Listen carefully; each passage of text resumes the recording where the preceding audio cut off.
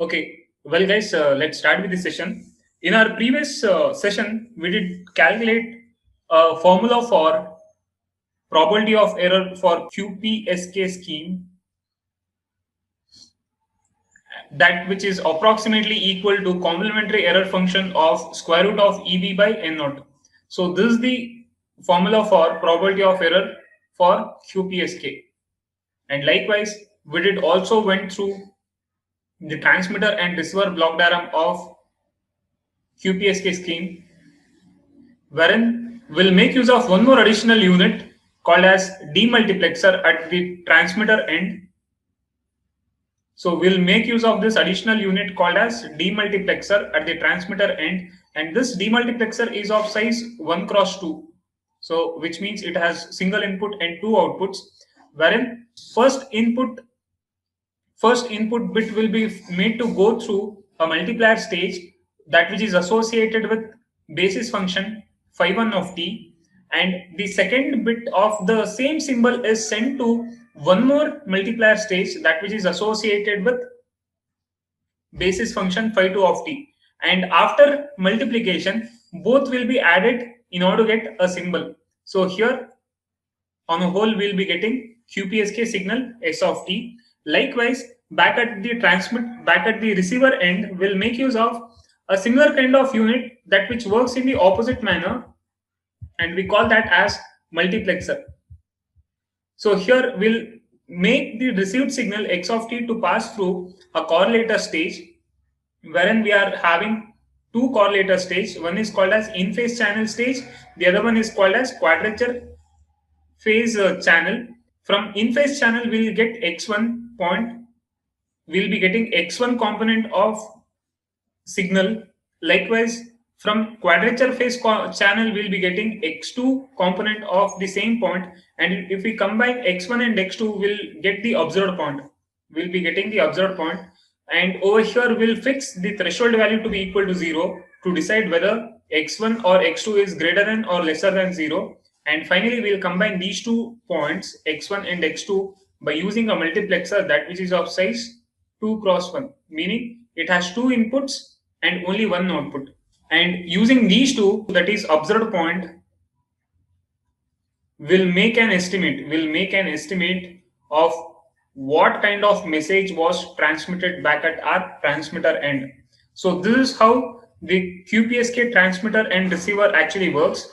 And we did also went through the waveform of QPSK, because in order to draw a diagram for this QPSK, we got to have a better idea of how actually angles are defined.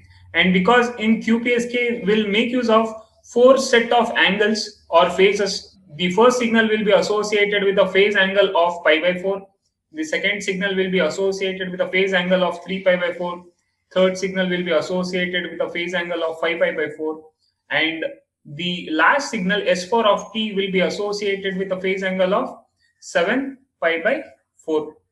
So in order to have a better idea of how exactly to draw the waveform, so here we had considered a cosine waveform, and we marked down all its phase angles, and depending upon the dye-bit combination, here we have drawn our constellation diagram, where along with these dye bits we have also written their corresponding phase angles, like pi by 4 with respect to first dye bit combination, 3 pi by 4 with second dye bit combination, 0 1 with 0 1 dye bit with third combination, and 7 pi by 4 for last combination of dye bit. So depending upon the dye bit combination, here we got to vary our QPSK waveform. And you can see this discontinuity, that which is shown in dotted lines. So this discontinuity is because sudden abrupt change in the phase. Okay, well, so that was about our QPSK. Now, before we end in this session, let's start with Emery PSK. So before we start with Emery PSK, let's try to sum up things that which we have studied so far. Okay, so far we did went through binary phase shift keying. In binary phase shift keying, we'll make use of two symbols.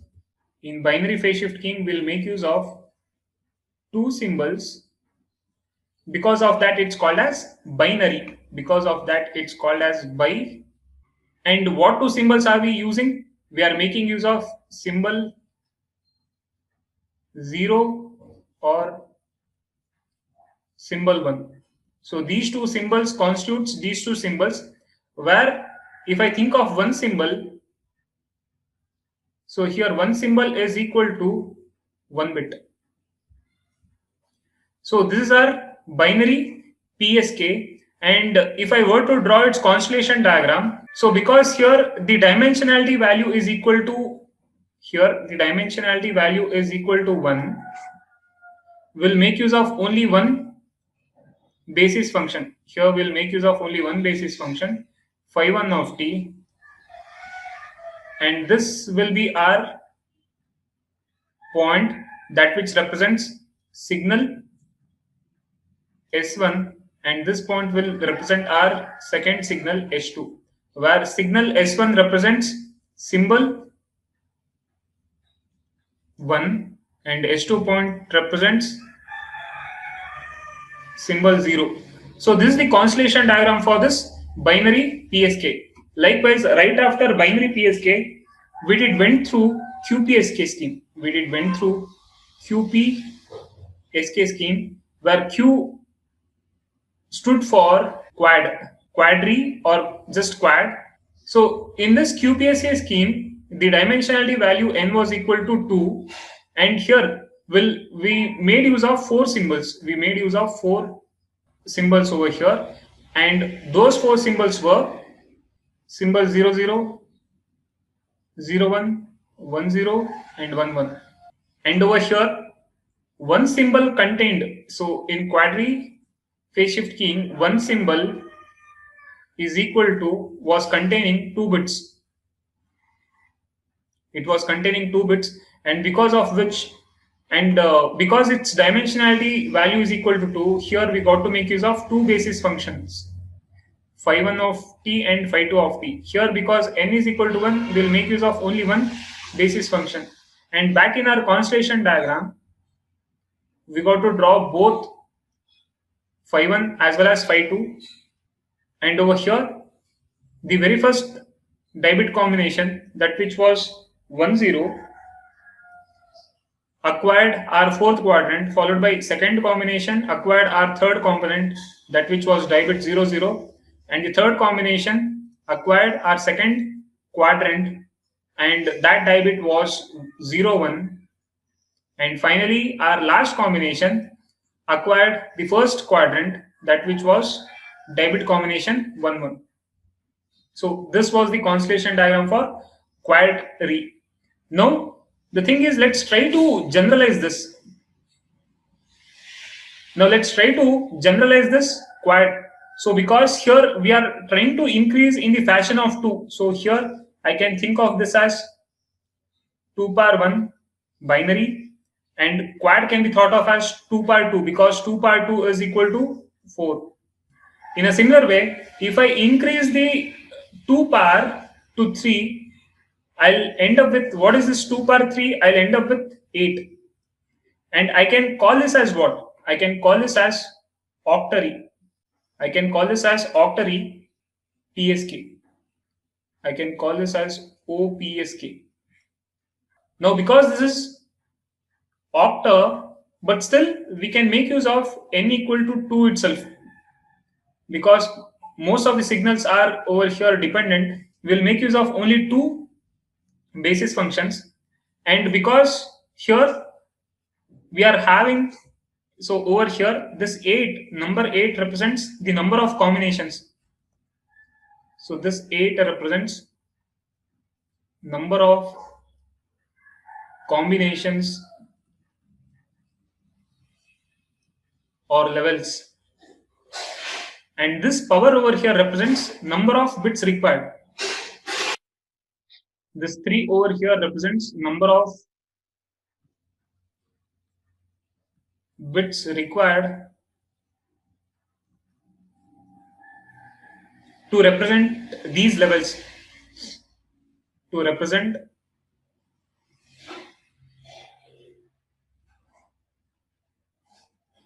levels. So this 3 over here represents number of bits required to represent each of these levels. Or in general, I can have a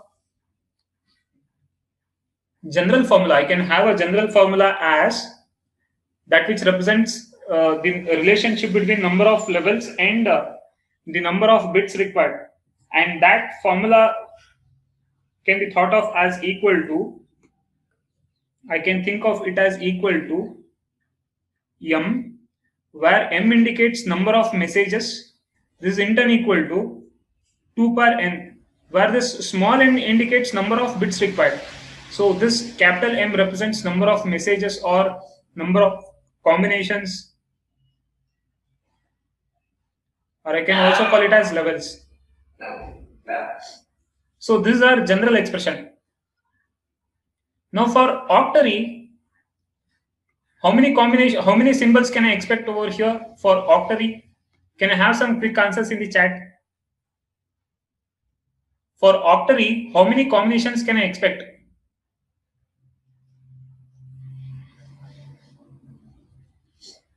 The question is, how many levels can I have for octary PSK? Or how many messages? 8. That's the right answer. So here we'll be having 8 symbols.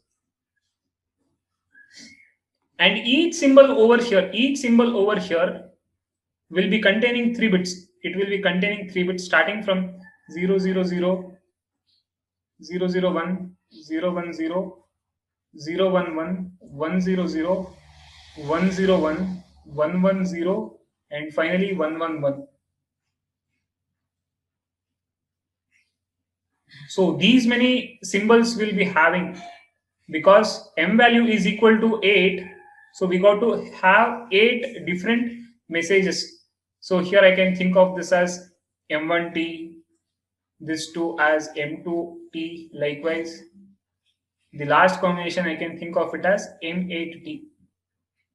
So over here each message point represents a combination of 3 bits, and in our previous class when we went through the quiz session, we did got to know that transmission rate of QPSK is twice. It is twice when compared to that of BPSK. It is happening because we are transmitting two bits over here. Likewise, if we go for the necessity to go migrate from QPSK to octal array PSK was that here for a single cycle we can transmit more number of bits. So that was the condition. So thereby here transmission rate is increasing. So if we move in this direction, what is happening? The transmission rate is increasing. And if I were to draw its constellation diagram here,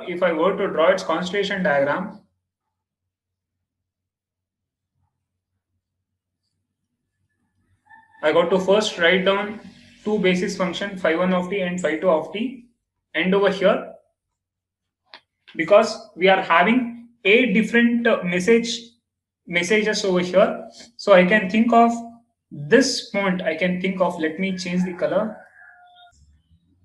So the thing is, I can have my first point right over here, that which represents our first message symbol 0, 0, 0, and likewise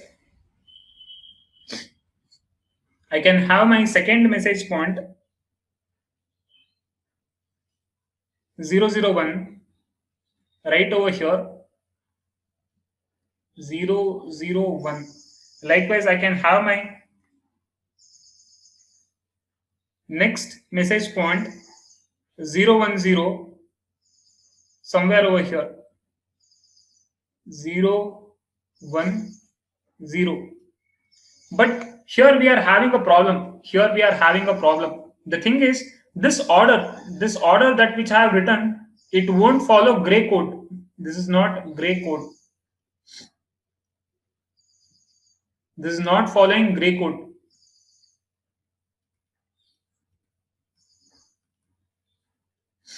So here, that is, if I compare any two adjacent values, they should differ only by single bit portion. So here, if I compare these two, it differs by how many bits? It differs exactly by 1 bit. So at this portion it's differing. But whereas here, if I compare this value with that of this, here it's differing at two different places. So thereby I cannot have my this combination over here. So instead of this we'll have 0 1 1. We'll have this 0 1 1 over here. And over here, in order to maintain gray coding, here we'll have 0 1 0, and here we'll have 1 1 0, and here we'll have 1 1 1, and over here we'll have 1 0 1, and finally over here 1 0 0. So right now I have plotted all my 8 points on the same, on our Euclidean space, and we'll call this as constellation diagram.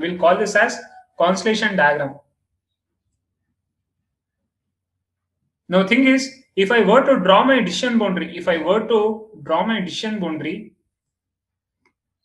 now the thing is here,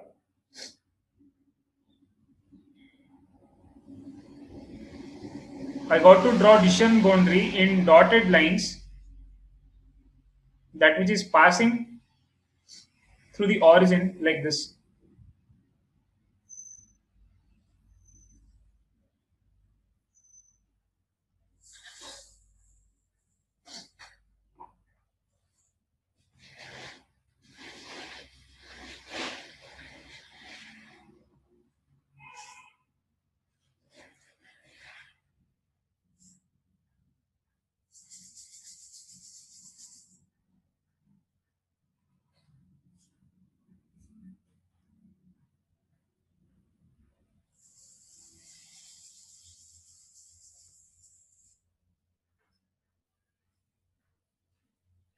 Okay, I was not supposed to draw it on this.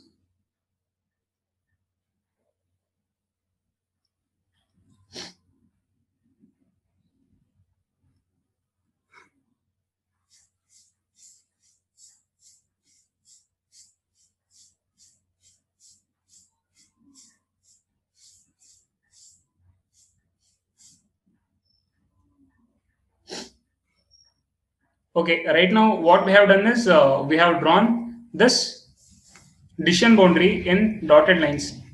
So we call this space. I can right now, because of this decision boundary, we are having some regions. Over here.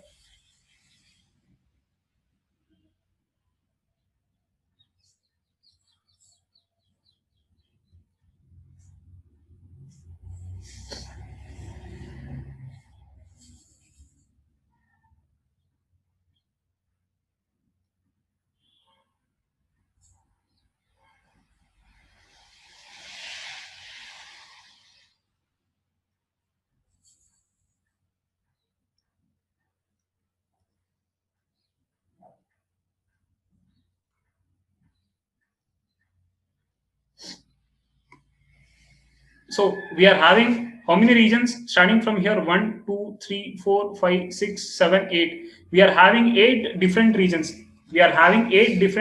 over here, such that if at all, if our observed point, if our observed point falls somewhere over here within this decision boundary, I can relate that as 0 0 0, because it's of nearest distance. And in a similar way, if our observed point falls somewhere here, let's say our observed point is falling somewhere over here, then I can conclude that because it is falling in this region, and this region corresponds to message 110, then I can make an estimate that the transmitted message was 110. So now if I compare decision boundaries of quadary with that of octary, you can see that earlier we had this entire region, this entire thing as region 4, we had this entire thing as region 1. So we had this as region Z4. Here we had this region Z1. Likewise, we had this as region Z2. This as region Z3. This entire thing was region Z3. Now, if I ask you to compare the regions of this quadary with that of octary, what is happening to our decision boundary? What is happening to our decision boundary? Can I have some quick answers in the chat? What is happening to its area? What is happening to the overall area of these decision boundary? Whether it's increasing or decreasing? I want you guys to type one of these two options. Is the area of decision boundary increasing or decreasing?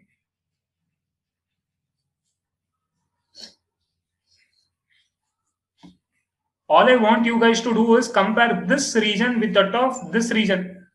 Right now, what has happened? This entire region has been bifurcated. This entire thing has got bifurcated into two more points. Now, this in turn results in what? What is happening to our decision region? Can I have some quick answers in the chat? Whether it's increasing or decreasing? Increase in area. Okay. Any other answers? Increase in area. No, you're not getting my point. You're not at all getting my point. All I'm asking is try to compare this entire region with that of this, or let's say, okay, let's assume that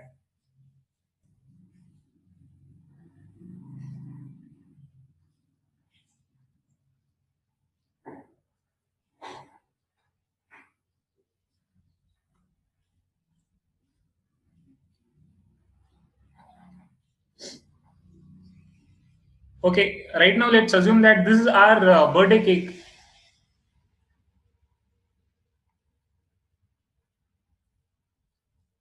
Now the thing is, if I cut this birthday cake, let's say I have invited 4 of my friends. Let's say I have invited 4 of my friends, and so in order to distribute this cake between these 4 friends, what I'll do, I'll make 4 slices like this. I'll make 4 slices like this, and I'll be distributing each of these pieces to 4 friends. But now the thing is, let's say I have invited 8 friends to the party. So now what should I do? I should cut this cake into 8 different sectors. I should cut it into 8 different sectors, something like this.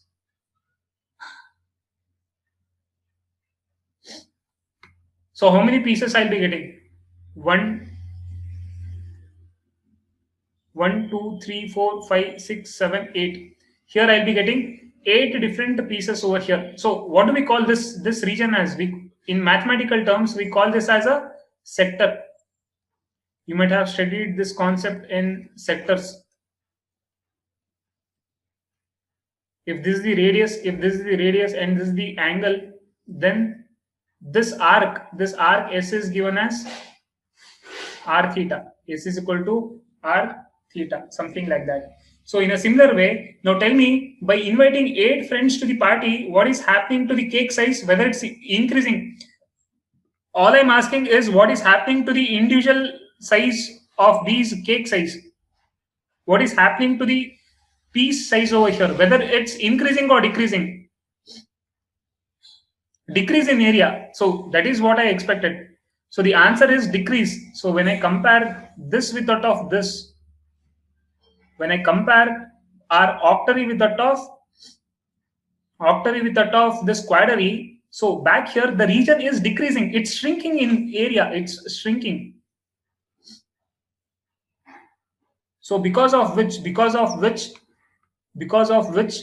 it might so happen that even though I can have some observed point over here, but the distance when I compare between this to that of this, in few cases this observed point, even though this lies in this region, it might so happen that because it's much more closer to that of the other region, we might get erroneous decoding. We can have erroneous decoding.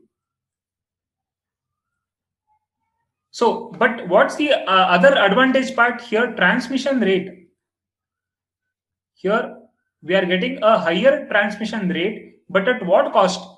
But at erroneous decoding. So here probability of error will increase. So this is what is happening with our octary PSK. And if I were to, let's say, I hope you got an idea. Now, all I got to do is increase my messages in terms of this equation. So if I substitute 2 power 4, then what will be the value of m that I'll get? What is 2 power 4? 16. I'll be getting 16 array PSK. Likewise, if I make m value as equal to 5, now what will happen? I'll be getting 32 array PSK. But is this so? Okay, fine. Here transmission rate is increasing.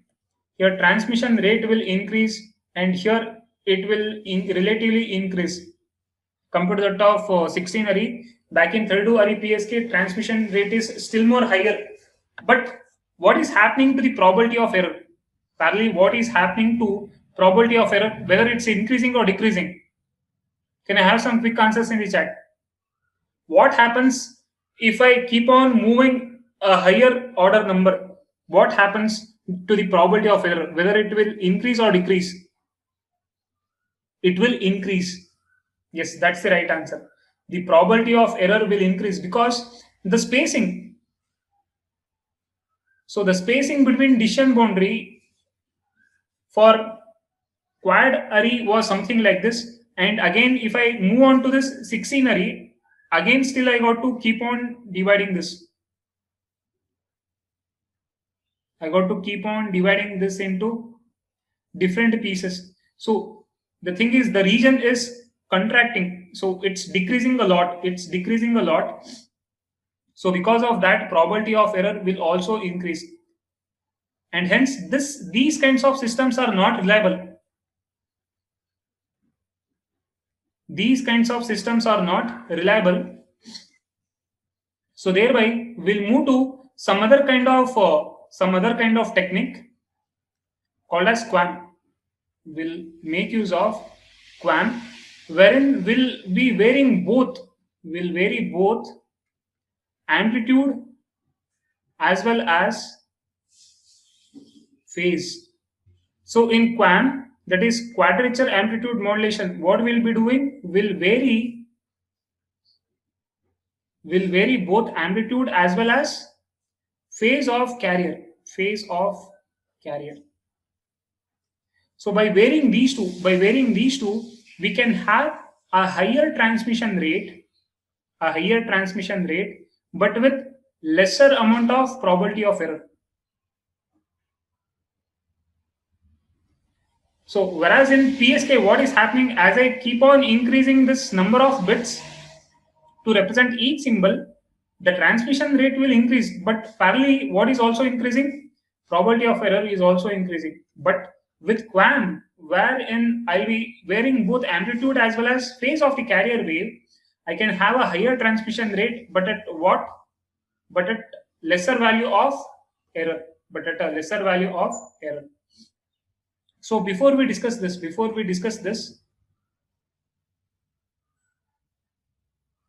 because here we were trying to discuss binary, quadary, octary. Now I can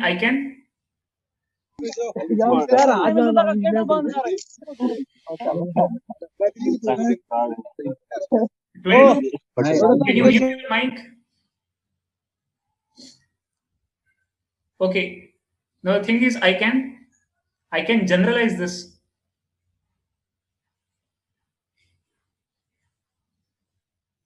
Generalize concept to M-array PSK.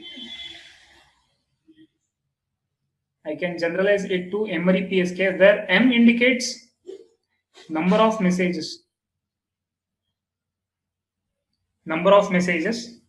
So here the signal will be given in terms of SI of t in turn equal to square root of 2 times E by t whole divided by cos 2 pi FCT plus 2 pi I minus 1 whole divided by M.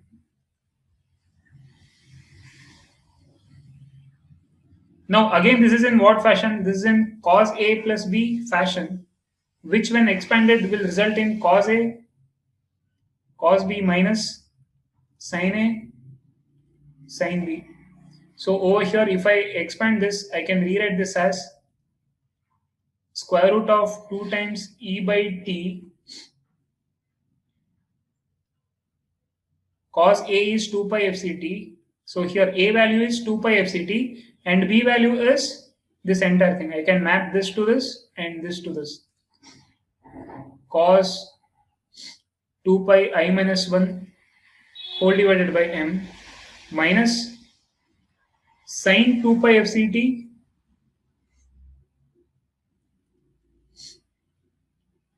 into sin 2 pi I minus 1 whole divided by M.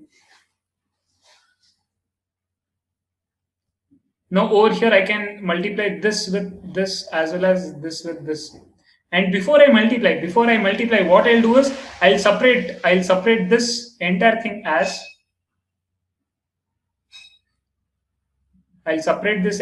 as square root of E into square root of 2 by T.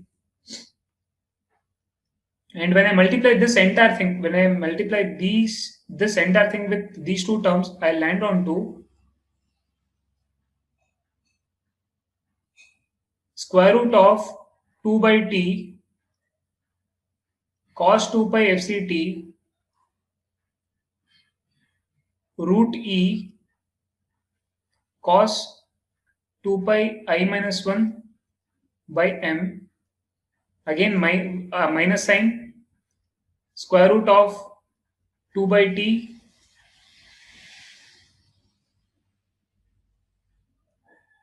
so here we are having sin 2 pi FCT root E sin 2 pi I minus 1 whole divided by M. Now back in this equation,